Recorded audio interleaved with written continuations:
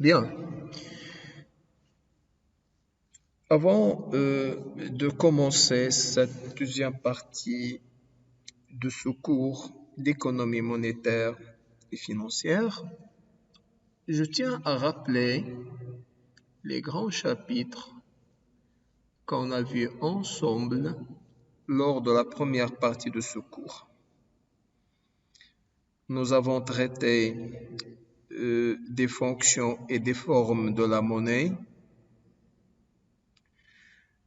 et qui dit forme de la monnaie et des processus de dématérialisation de la monnaie. Nous avons traité des agrégats monétaires. Nous avons également consacré un chapitre au processus de création monétaire. Et qui dit bien sûr création monétaire, dit les contreparties de la création monétaire. Après ce deuxième chapitre, nous avons traité de la politique monétaire, la définition de la politique monétaire, les instruments et bien sûr les objectifs de la politique monétaire. Si je m'arrête sur la politique monétaire,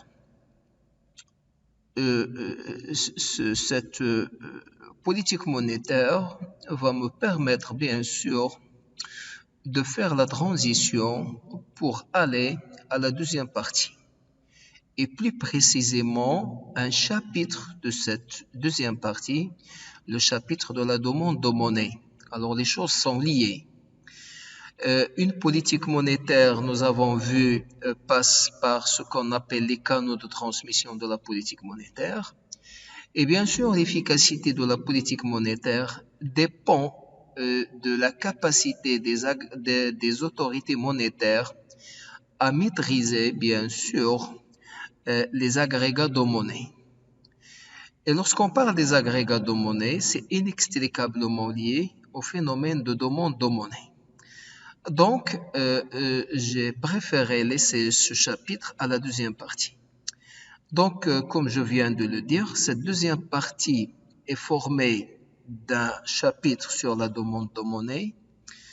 Nous allons voir un deuxième chapitre qui va traiter de ce qu'on appelle le marché des capitaux, un chapitre dans lequel nous allons traiter des différents compartiments des marchés de capitaux, à savoir le marché monétaire, lui-même formé de deux compartiments, le marché interbancaire et le second marché, second market.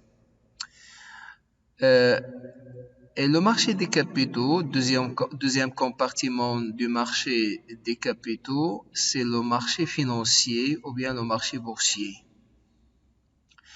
C'est un chapitre qui va prendre un peu de temps, ne serait-ce qu'en raison de sa richesse, hein, parce que c'est un chapitre qui va nous préparer à d'autres questions sur l'intermédiation financière, sur l'économie d'endettement, l'économie du marché financier, et bien sûr pour nous préparer à un troisième chapitre qui va porter sur ce qu'on appelle la libéralisation financière ou les réformes financières. Voilà donc cette deuxième partie donc est formée de ces trois chapitres qui vont boucler bien sûr ce cours d'économie monétaire et financière. Maintenant, nous allons commencer le premier chapitre sur les théories de la demande de monnaie. Dans une première section, nous allons examiner les différentes théories de la demande de monnaie. Je vais me limiter à deux théories fondamentales de la demande de monnaie, à savoir la théorie classique et la théorie keynésienne.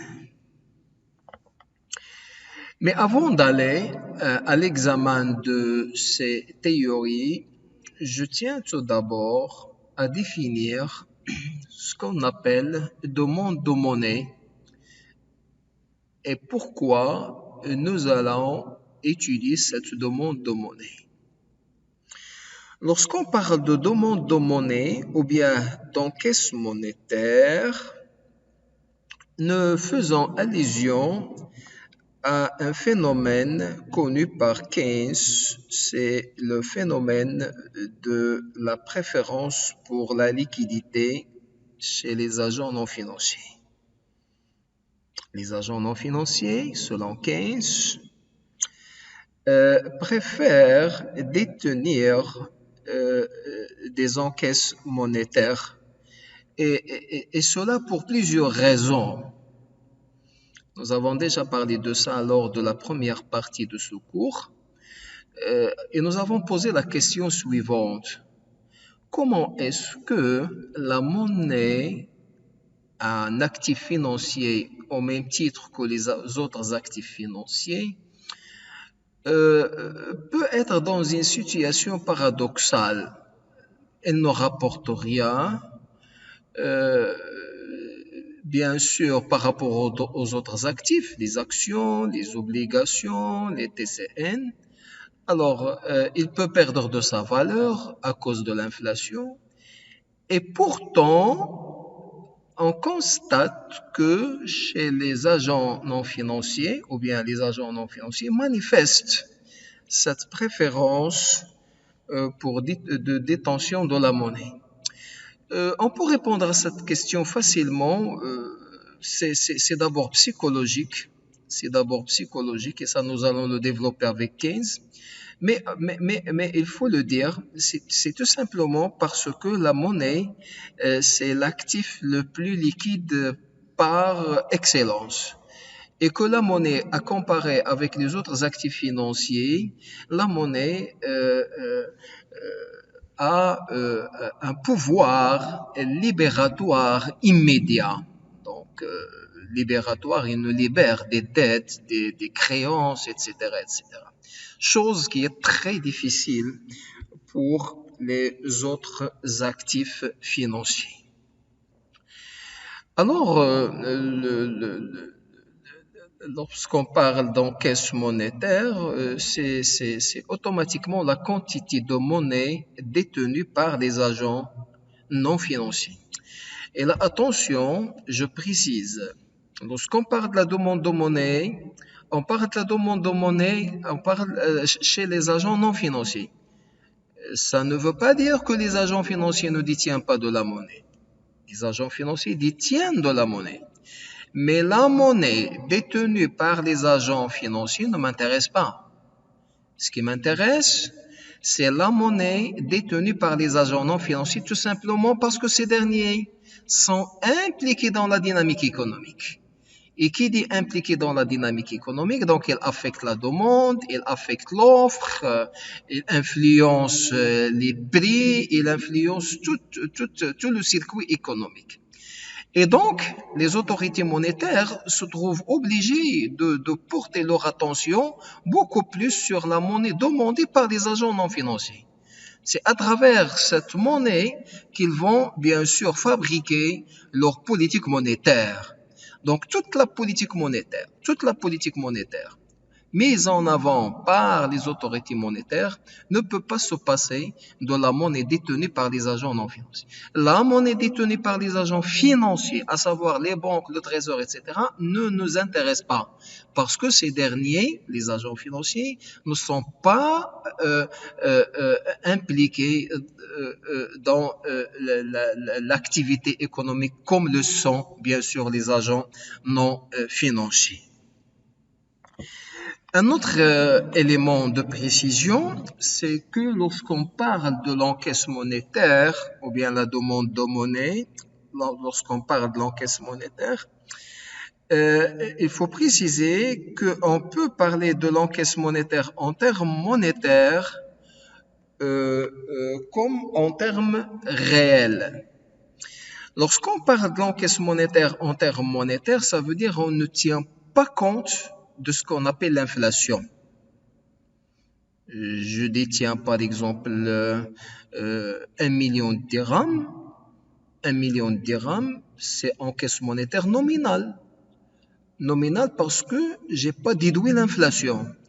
Lorsque je déduis l'inflation, à ce moment-là, on parle d'encaisse monétaire réelle. Si le taux d'inflation, par exemple, il est de 5%, alors je dois déduire de 1 million de dirhams 5%. 1 million de dirhams moins 5% est égal à quelque chose. Ce quelque chose, c'est ce qu'on appelle l'encaisse monétaire réelle. Et donc, lorsque je tiens pas compte de l'inflation en termes de demande de monnaie, je dis que je suis en situation d'illusion monétaire. En absence d'illusion monétaire, on part de ce qu'on appelle demande d'encaisse réelle. Une précision également fondamentale. On doit faire attention à ça. Lorsqu'on parle de demande de monnaie, il faut le mettre en contact avec le temps. Par exemple, lorsqu'un agent effectue un retrait de monnaie pour effectuer un achat. Là, est-ce qu'on peut parler d'une demande de monnaie? Là, on ne peut pas parler de demande de monnaie, tout simplement parce que l'agent qui a fait le retrait pour effectuer immédiatement une transaction ne détient pas de la monnaie parce que la monnaie a été immédiatement dépensée pour effectuer la transaction. C'est pourquoi Valaras a apporté une précision fondamentale. Selon Valaras, il faut le souligner, c'est important, une demande d'encaisse monétaire est un comportement qui conduit à la détention de la monnaie. Au moins dans un premier temps. Au moins dans un premier temps. Donc, il faut situer dans le temps. 1 mois, 2 mois, 3 mois, 6 mois, 1 an. C'est pas une monnaie. Donc, demander pour être dépensé immédiatement. Là, il n'y a pas de demande de monnaie. Ça, c'est important.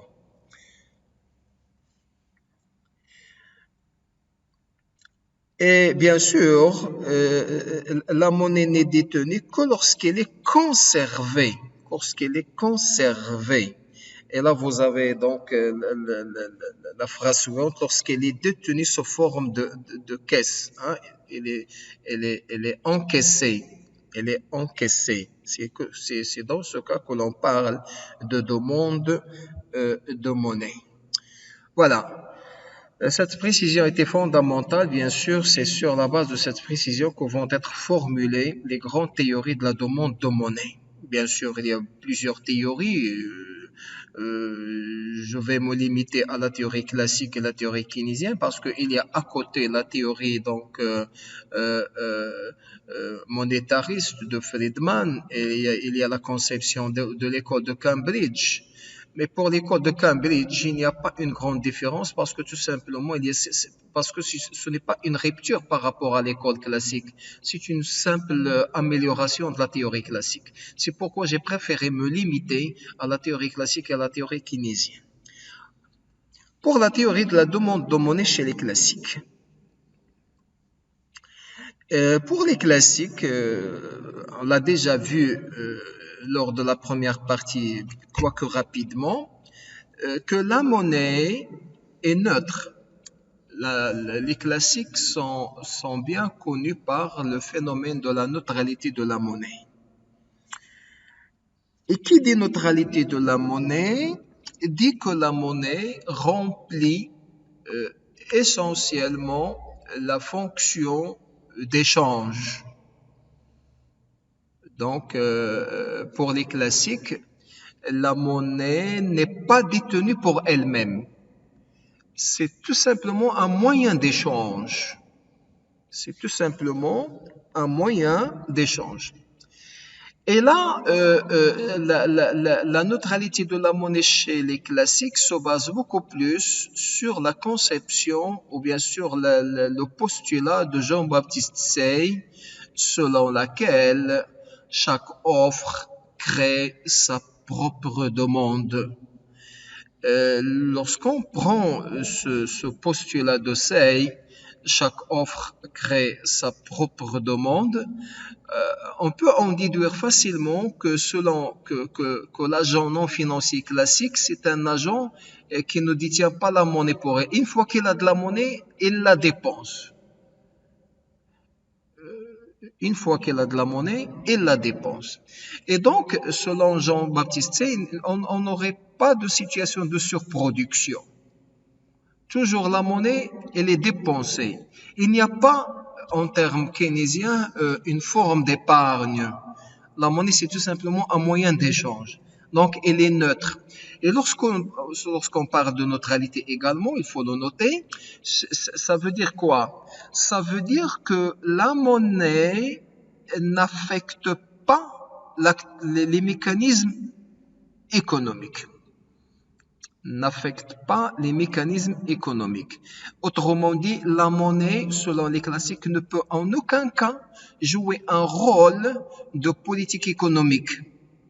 Et là, j'ouvre la parenthèse pour dire que si influence il y a de la monnaie, cette influence n'aura lieu que sur les prix.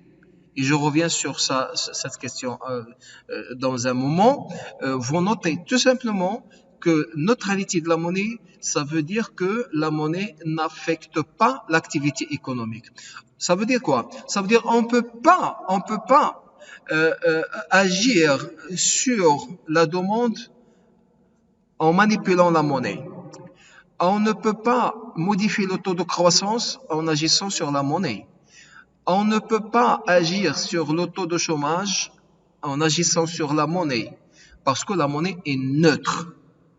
Parce que la monnaie est neutre. Donc, si influence il y a, c'est une influence sur les prix. Et là, on retrouve ce qu'on appelle la théorie quantitative de la monnaie. Cette théorie quantitative de la monnaie est due à Evelyn Fisher. Evelyn Fisher qui l'a formulée de la manière suivante: M multiplié par V est égal à P multiplié par T. Mais c'est quoi M? C'est quoi V? C'est quoi P? C'est quoi? M, c'est la quantité de monnaie en circulation. Et là, je précise, en circulation chez les agents non financiers pendant une période donnée. Pendant une période donnée. Si on prend par exemple l'année, si on travaille sur une année. V, c'est la vitesse de circulation de la monnaie. Ça veut dire le nombre de fois la monnaie change de main. Le nombre de fois la monnaie change de main. S'il s'agit de monnaie fiduciaire. Mais s'il s'agit d'une monnaie scripturale, on peut dire le nombre de fois la monnaie change de compte en compte. P, c'est le niveau général des prix. Et là, c'est le taux d'inflation. C'est à ce niveau-là que la monnaie va agir sur les prix. T, c'est tout simplement le volume des opérations commerciales ou bien des transactions effectuées pendant la période étudiée. Donc, si vous prenez avec moi MV est égal à P fois T, vous pouvez en déduire facilement que P est égal à M fois V sur T. Donc, vous êtes devant une deuxième équation qui s'écrit P est égal à M fois V sur T. Qu'est-ce que vous allez remarquer? Lorsque, bien sûr, M, la masse monétaire, augmente, bien sûr, toute chose égale par ailleurs. Ça veut dire on va supposer que les transactions, le montant des transactions est presque constant et on va supposer donc que la vitesse de circulation constante. Si vous modifiez M à la hausse, les prix vont augmenter automatiquement. Donc, si influence il y a de la monnaie, c'est une influence au niveau des prix. Au niveau des prix. Si on cherche à reformuler la théorie quantitative de la monnaie, en prenant en considération non seulement la masse monétaire dans sa version fiduciaire, mais la masse monétaire globale, c'est-à-dire la monnaie fiduciaire et la monnaie scripturale. Alors on peut écrire la loi quantitative de la monnaie de la manière suivante. M fois V plus 1' fois V' est égal à P fois T. M, c'est la masse monétaire fiduciaire. V, la vitesse de circulation de la masse monétaire fiduciaire. M', c'est quoi? C'est la masse monétaire scripturale. V', c'est la vitesse de circulation de la monnaie scripturale. Je fais la somme, il me donne P fois T. Mais là, j'ouvre la parenthèse pour dire que la loi quantitative de la monnaie ou bien la théorie quantitative de la monnaie, généralement, elle est étudiée dans une période très longue. Et beaucoup d'études ont été faites dans ce sens. Et là, je cite les travaux de Milton Friedman qui a travaillé sur les États-Unis. Pour Friedman, il a pris toute la période de 100 ans et plus. Hein. Il y a d'autres auteurs également qui ont travaillé sur d'autres pays. Donc, la théorie quantitative de la monnaie se justifie beaucoup plus et gagne beaucoup en robustesse lorsqu'il porte sur la longue période. Sur la courte période, la loi quantitative de la monnaie se trouve quand même discutable. Et c'est à ce niveau que Keynes va critiquer, bien sûr, comme on va le voir immédiatement, va critiquer la théorie d'Evelyn Fisher, la loi quantitative de la monnaie, pour plusieurs raisons.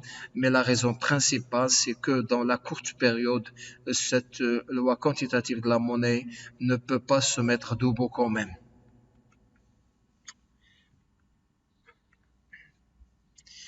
Voilà, c'est ce que je viens de dire. Donc, la relation fichérienne ou la loi de Fisher ou la théorie quantitative de la monnaie, c'est une relation qui se situe dans le long terme.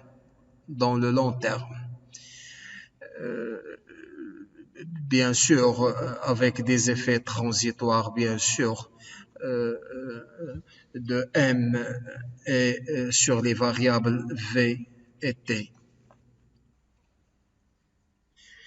Bien. Maintenant,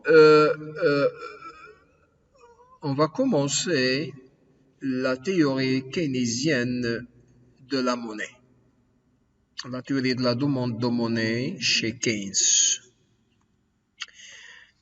Certains préfèrent parler de ce qu'on appelle une approche intégrationniste de la monnaie. Pourquoi intégrationniste? Pour rompre avec la neutralité de la monnaie. La monnaie n'est pas neutre. La monnaie maintenant, elle est partie intégrée dans l'activité économique. La monnaie est intégrée dans le sens où la monnaie affecte l'activité économique, affecte les mécanismes économiques. La monnaie, avec Keynes, devient un instrument de politique économique. Et donc, Keynes va déclarer des ruptures par rapport à la théorie classique sur plusieurs dimensions. Premièrement, Keynes va attaquer la théorie de Jean-Baptiste Say. Chaque offre crée sa propre demande. Pour Keynes, cette théorie ne tient pas. Parce que il arrive des moments où on peut assister à ce qu'on appelle des crises de surproduction. Crise de surproduction due à quoi? Due au fait que les agents non financiers ne dépensent pas la totalité de la monnaie qu'ils détiennent. Les agents non financiers préfèrent parfois détenir de la monnaie pour plusieurs motifs que nous allons voir dans quelques instants. En détenant de la monnaie, en gardant une épargne chez eux, les agents non financiers, avec ce comportement, font que parfois l'offre dépasse la demande. Dépasse la demande. Et donc, la notion d'équilibre spontané de seuil ne tient pas chez Keynes. Et donc, pour Keynes, le capitalisme peut connaître des moments de déséquilibre, dû essentiellement à ce comportement monétaire des agents non financiers. Donc, critique de la théorie de Jean-Baptiste Say, rejet de la neutralité de la monnaie. La monnaie n'est pas neutre chez Keynes. Méfiance ou bien scepticisme, scepticisme vis-à-vis de la théorie quantitative de la monnaie. C'est-à-dire, que veut dire scepticisme? Ça veut dire que Keynes croit à cette théorie, mais quand même, il manifeste des doutes. Il va critiquer cette loi quantitative de la monnaie. Et Keynes, pour la première fois, va investir ce qu'on appelle la psychologie monétaire et financière dans l'analyse monétaire. Les agents non financiers manifestent un comportement psychologique vis-à-vis de la monnaie. Ils détiennent de la monnaie pour elle-même. C'est psychologique. Le motif de précaution, c'est les agents non financiers. C'est psychologique, n'est-ce pas? Alors donc, on peut dire qu'il s'agit, et là, le Keynes va parler d'une théorie générale grâce à ce que je viens de dire, mais surtout, Keynes, pour la première fois, il va se situer dans le court terme. Le long terme ne n'intéresse pas Keynes. Selon Keynes, à long terme, nous serons tous morts. Ne me parlez pas de 60 ans, de 100 ans, de 100 ans. Donc, Keynes préfère se situer dans le court terme. Et donc, la théorie quantitative de la monnaie chez Keynes n'est pas très utile dans l'étude des mouvements de court terme. En court terme, la théorie quantitative de la monnaie ne dit Keynes perd de sa consistance, n'est plus pertinente.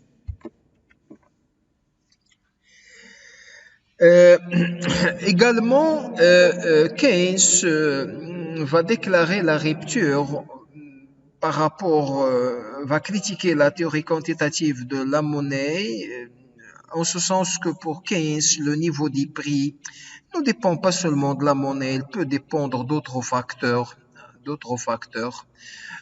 Un élément de critique fondamental avancé par Keynes à l'égard de Fischer, c'est que pour Keynes, Fischer n'a pas réussi à expliquer comment se fait la transmission.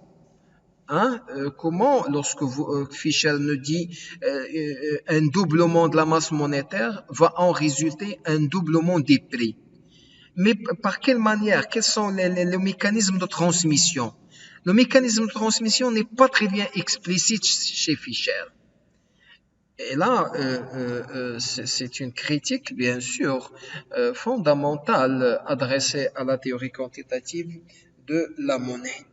J'ai dit bien sûr que Keynes a introduit pour la première fois une dimension pas seulement psychologique, mais institutionnelle, sociale et politique. La monnaie, ce n'est pas un bien, ce n'est pas seulement cette marchandise selon la conception classique. La monnaie, c'est quelque chose de plus fort que ça. La monnaie a une dimension psychologique. J'ai parlé de la préférence pour la liquidité, j'ai parlé des motifs de précaution, etc. Institutionnel en ce sens que la monnaie peut affecter donc toutes les institutions, plus particulièrement la monnaie elle est utilisée en matière de politique économique. La monnaie a une dimension sociale, en ce sens que si on ne maîtrise pas la monnaie, on peut mettre la société dans des déchirures sociales, dans les inégalités, dans la pauvreté. Donc, la paix, toute la paix dans une société dépend de la monnaie. Et là, c'est tout un ouvrage qui a été fait par Keynes sur la monnaie et la paix. Donc, le lien, bien sûr, est très fort. Hein. Et bien sûr, la monnaie a une dimension politique. Hein, a une dimension politique. En ce sens que la monnaie peut influencer le paysage politique. Hein, la démocratie, les grands choix des partis politiques. Hein. Aujourd'hui, lorsqu'un parti politique présente son programme, tout le programme politique, on trouve au centre de ce programme le comportement de la monnaie, comment on va gérer la monnaie, comment vous allez gérer la monnaie. Et là, je cite Friedman lorsqu'il a demandé un jour que la monnaie, la masse monétaire à manipuler doit figurer même dans la Constitution. Ça démontre l'importance cruciale de la monnaie chez Keynes. Alors, Keynes est allé plus loin dans l'analyse monétaire. Il va mettre la monnaie en tant qu'actif financier dans un portefeuille de titres. Hein. Donc, ce qui fait que la monnaie Keynes est le premier qui va investir ce qu'on appelle la théorie des choix en matière de finances. C'est-à-dire que l'agent non financier va faire des choix va gérer un portefeuille d'actifs dans lequel il y a la monnaie, il y a les autres actifs financiers pour maximiser bien sûr la rentabilité de son portefeuille de titres. Et là, si vous voulez, Keynes a introduit ce qu'on appelle l'analyse microéconomique financière, la microéconomie financière. Comment ça? C'est l'objet de cette partie de ce chapitre sur la gestion de patrimoine par les agents économiques. Alors, c'est quoi le patrimoine des agents économiques? Tout simplement, il est composé de deux éléments essentiels, les actifs réels et les actifs financiers. Dans les actifs réels, on trouve tout ce qui correspond aux biens de production, immeubles, machines, stocks, etc. Ce sont des choses que vous avez vues en comptabilité générale. Les biens de production et les biens de consommation durables, hein, durables. Les voitures, meubles, équipements électroménagers, etc. Et un autre élément essentiel de ce patrimoine des agents économiques, c'est les actifs financiers. Et là, ces actifs financiers correspondent aux titres à long terme, entre parenthèses les actions et les obligations, et les titres à court terme. Généralement les TCN, bons de trésor, billets de trésor, etc. etc. Donc, c'est ça. Les agents vont faire des choix. Théorie du choix, selon Keynes, vont répartir la composition de leur patrimoine entre les différents actifs. Bien sûr, l'objectif, vous soulignez, c'est la maximisation de ce portefeuille. Vous avez vu en microéconomie, maximisation de l'utilité à partir d'un panier de biens. Là, nous n'avons pas un panier de biens, nous avons un panier de titres ou bien un portefeuille de titres. Donc, pour maximiser, il faut gérer deux éléments essentiels. Le risque et le rendement des actifs. Et là, on trouve donc pleinement dans la finance et plus précisément la gestion de portefeuille de titres. C'est quoi le rendement financier des actifs? Le rendement financier des actifs comprend deux éléments. D'une part, le revenu procuré par les actifs. Souligner le revenu. Et là, on peut citer les loyers s'il s'agit des immeubles, ou bien des intérêts s'il s'agit de capitaux, ou bien des dividendes s'il s'agit des actions. Deuxième élément du rendement, c'est les gains ou bien les pertes en capital. Autrement dit, les plus-values ou bien les moins-values réalisées lors de la revente d'immeubles ou bien d'actifs financiers. Lorsque je revends un immeuble ou bien un actif financier, il y a deux possibilités. Ou bien je vais perdre, là c'est des moins-values, ou bien je vais gagner, là c'est des plus-values. Maintenant, quels sont les risques liés à la détention d'un patrimoine? Généralement, il y a quatre types de risques. Il y a le risque d'insolvabilité, il y a le risque de taux d'intérêt, il y a le risque de capital et le risque d'illiquidité. Bien sûr, le risque d'insolvabilité, c'est lorsque le débiteur devient incapable de rembourser, hein, bien sûr, la somme hein, qu'il doit vis-à-vis de son créancier. Le risque de taux d'intérêt, généralement, il est lié aux fluctuations, conjoncturelles, les évolutions et aux évolutions défavorables de taux d'intérêt. Par exemple, lorsque la situation économique est morose, défavorable, généralement, les taux d'intérêt baissent. Et inversement, lorsqu'il y a expansion économique, on assiste à une hausse des taux d'intérêt.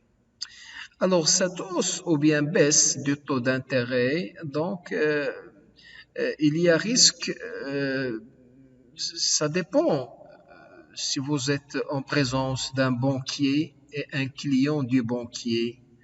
Alors, si le client emprunte un taux d'intérêt X, s'il y a par exemple baisse de taux d'intérêt, là on parle de gain pour le client, mais c'est une perte pour donc c'est quand même la conjoncture donc évolue donc soit à la faveur du banquier, soit à la faveur du client. Ça dépend de quel côté on est. Le risque de capital, il découle des pertes liées aux fluctuations brutales des actifs réels et financiers. Bien sûr, les actifs réels lorsque vous avez un terrain, et bien sûr lorsque le secteur de l'immobilier ne marche pas bien. Alors, lorsque vous cherchez à revendre le terrain, alors il y a risque de perte. Hein. Inversement, si vous avez des actions, donc, et bien sûr la situation économique est morose, ou bien l'entreprise en question elle est dans une situation de difficulté, alors il y a bien sûr risque de perte, et vice-versa, bien sûr. Le risque d'illiquidité correspond à une situation dans laquelle les agents ne disposent pas d'assez de liquidité, bien sûr, pour effectuer des dépenses ou bien rembourser leurs dettes. Alors, Maintenant, on va se poser la question suivante. Quels sont les motifs de demande de monnaie chez Keynes ou bien de détention de monnaie chez Keynes? Généralement, il y a trois motifs. Le motif de transaction, le motif de précaution et le motif de spéculation. Le motif de transaction. Généralement, les agents non financiers de Keynes détiennent la monnaie pour faire face, vous soulignez, à ce qu'on appelle un décalage entre la perception des revenus et le paiement des achats. Si je prends par exemple pour une entreprise détient de la monnaie pour éviter, vous soulignez, ce qu'on appelle les problèmes de trésorerie. Vous savez très bien que lorsque les entreprises effectuent des ventes, généralement, ils ne sont pas payés dans l'immédiat. Ça peut rester 1 mois, 2 mois, 15 jours, 20 jours, n'est-ce pas? Mais en même temps, ces entreprises, n'oubliez pas qu'elles sont appelées à acheter les matières premières, les inputs, etc., ou bien faire face à leurs créanciers. Donc, une entreprise est obligée par la force des choses de détenir une somme de monnaie, de détenir la monnaie pour faire face à ce qu'on appelle ce décalage. Et pour faire face, bien sûr, à ce problème de trésorerie. Le motif de précaution. Les agents détiennent de la monnaie pour faire face aux imprévus. Et là, Keynes va introduire l'élément psychologique. Je cite la belle phrase de Keynes. Le souci de parer aux éventualités exigeant une dépense soudaine. Une dépense qui peut être soudaine, inattendue, imprévue. Une dépense qui peut en résulter un espoir de profiter, d'occasion. L'espoir de profiter d'occasions non prévues ou bien d'achats avantageux.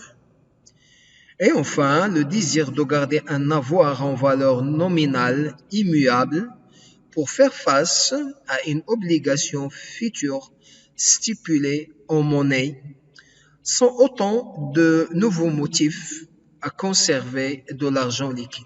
Bien sûr, dans le quotidien, les agents non financiers peuvent de temps en temps se trouver dans des situations où exigeant des dépenses soudaines. Ces dépenses soudaines, soit pour des achats d'occasion, donc une opportunité à ne pas rater. Par exemple, je me balade quelque part dans un endroit donné, j'ai remarqué que il y a une opportunité d'acheter un PC portable d'occasion à un prix vraiment imbattable. Alors là, je dois pas laisser échapper cette occasion. Donc, qu'est-ce que je vais faire? Je vais bien sûr utiliser la monnaie détenue. Imaginez que je n'ai pas de monnaie.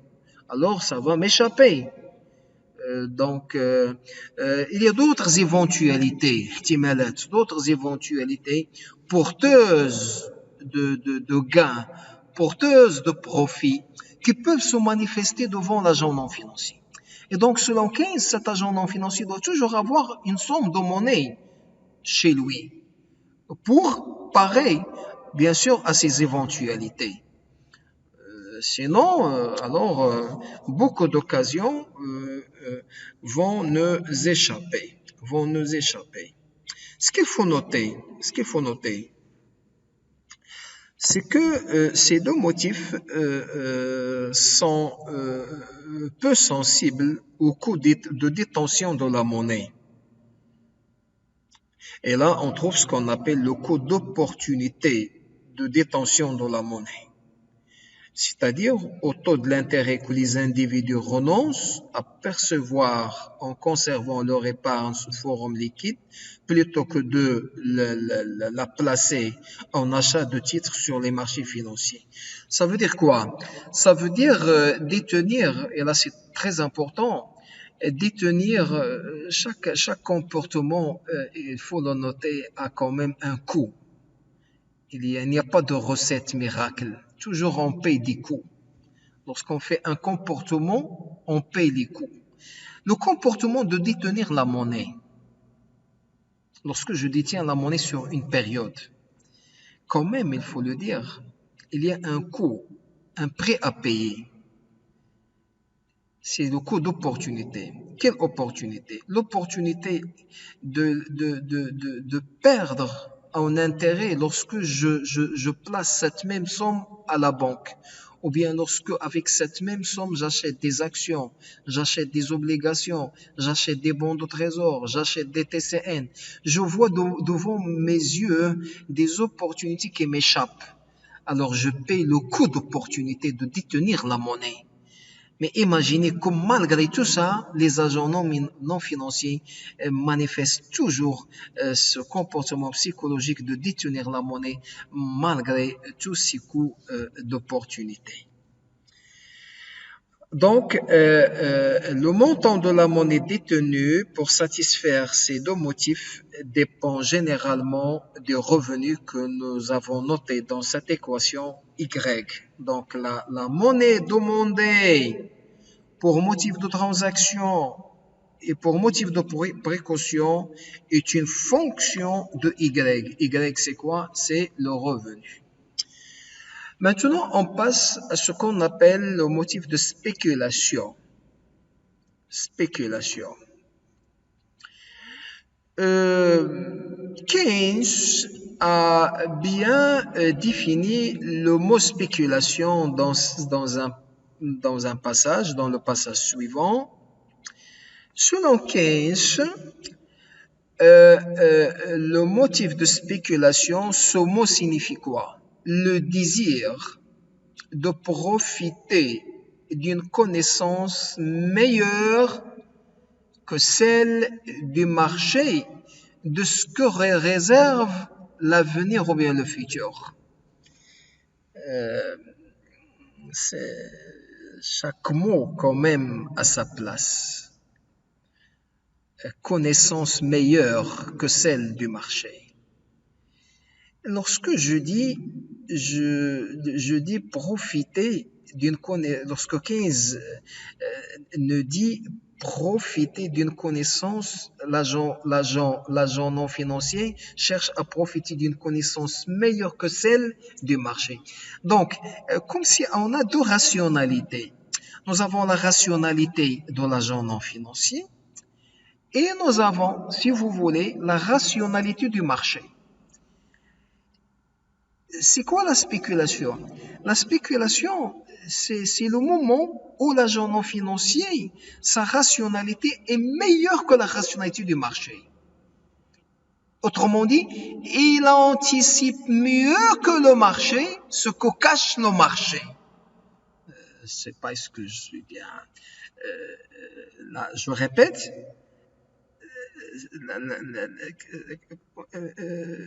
Profiter d'une connaissance meilleure que celle du marché.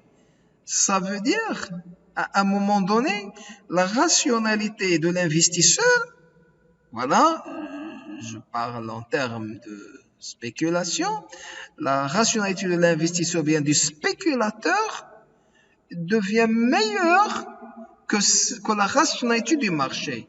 Il anticipe mieux que le marché. Il sait mieux que le marché. Il domine mieux le marché que le marché. Il anticipe mieux que le marché ce que cache le marché. Ce que cache le marché en termes de quoi? En termes de fluctuation des cours de titres. En termes de fluctuation de taux d'intérêt, de la monnaie, etc., etc. Et là, lorsque je dis que l'agent non financier profite mieux que le marché de la situation du marché, là intervient un élément fondamental, essentiel, introduit par Keynes. C'est le phénomène de l'incertitude dans le monde de la monnaie et de la finance. Ça, c'est très important parce que lorsque je parle de l'incertitude, lorsque je parle de la spéculation, lorsque je parle de l'anticipation, là, il faut le dire, Keynes, pour Keynes, c'est un champ qu'il domine très très bien parce que Keynes, vous le savez, c'est quelqu'un qui a fait sa thèse de doctorat d'abord dans la science des probabilités. Et lorsqu'on parle des probabilités, là, vous trouvez tout ce qui est le futur, tout ce qui est le certain, l'incertain, etc. Alors, le motif de spéculation caractérise la volonté des agents non financiers d'arbitrer, de faire des choix entre tel ou tel actif financier, entre les actifs, les titres financiers et la monnaie, entre les titres eux-mêmes, par exemple, etc. Donc le motif de spéculation traduit la volonté des agents non financiers d'arbitrer selon leurs anticipations d'évolution du taux dans le futur. Ou bien les agents non financiers préfèrent détenir la monnaie et se débarrasser des titres, ou bien détenir les titres et se débarrasser de la monnaie. Tout dépend de quoi? Tout dépend des anticipations que font les agents sur le futur du marché des capitaux. Si j'anticipe une baisse des cours boursiers, alors le bon sens implique quoi? Le bon sens implique que si j'ai des actifs financiers, des actions, je me débarrasse des actions pour chercher la monnaie. Et inversement, si j'anticipe une hausse du cours boursier, qu'est-ce que je vais faire? Je vais chercher les titres et me débarrasser de la monnaie parce que je sais très bien que je vais gagner dans le futur. Donc c'est un arbitrage qui se fait bien sûr. Donc voilà, généralement, donc c'est on cherche donc ceux qui prévoient une hausse à venir des taux d'intérêt, qu'est-ce qu'ils vont faire? Vous soulignez, vont conserver la liquidité. C'est normal. Parce qu'ils anticipent une hausse du taux d'intérêt. Ils vont conserver la monnaie. Ils vont conserver la monnaie et bien sûr se débarrasser des titres. Et ceux qui sont dans une situation inverse, c'est-à-dire ceux qui prévoient une baisse des taux d'intérêt, qu'est-ce qu'ils vont faire? Ils vont bien sûr avoir une opinion contraire. Ils vont chercher les titres et se débarrasser de la monnaie. Donc chacun a son comportement financier qui lui est propre. Keynes part du mécanisme classique des relations financières entre la valeur des titres et le taux d'intérêt qu'il rapporte. Ça, c'est toute la théorie, donc tout le motif de spéculation se base sur un élément fondamental qui est le suivant. Il existe une relation inverse entre le taux d'intérêt des créances et bien sûr et leur cours sur le marché des valeurs mobilières. Ça, c'est fondamental dans l'analyse keynésienne. Si on cherche à récapituler la fonction de demande de monnaie, nous avons dit qu'il y a le motif de transaction, le motif de précaution et le motif de spéculation. Et nous avons dit que et le motif de transaction et le motif de précaution dépendent du revenu de Y. Et le motif de spéculation dépend de quoi? Il dépend bien sûr du taux d'intérêt. Petit r, petit r, petit r. Et si on cherche à écrire la fonction de demande de monnaie chez Keynes, il peut s'écrire M est égal à M1 plus M2. M1 regroupe la demande de monnaie pour motif de transaction et précaution que j'ai formulé sous forme de L1 de Y. L1 de Y, ça veut dire la demande de monnaie pour motif de précaution et de transaction qui est fonction du revenu Y. Et de M2, M2 c'est le motif de spéculation qui est fonction de petit r, qui est bien sûr le taux d'intérêt. Si on cherche à tracer les deux courbes, bien sûr, vous avez donc en abscisse l'axe des X, vous avez la demande de monnaie, et l'axe des Y, vous avez petit r, c'est le taux d'intérêt. Qu'est-ce que vous remarquez? Vous remarquez bien sûr que L1, bien sûr, ne dépend pas du taux d'intérêt. Nous avons dit que L1 dépend du revenu. C'est L2 qui dépend du taux d'intérêt. Qu'est-ce que vous constatez? Vous constatez qu'au fur et à mesure que le taux d'intérêt augmente, la demande de monnaie augmente. Lorsque le taux d'intérêt baisse, la courbe descend en bas.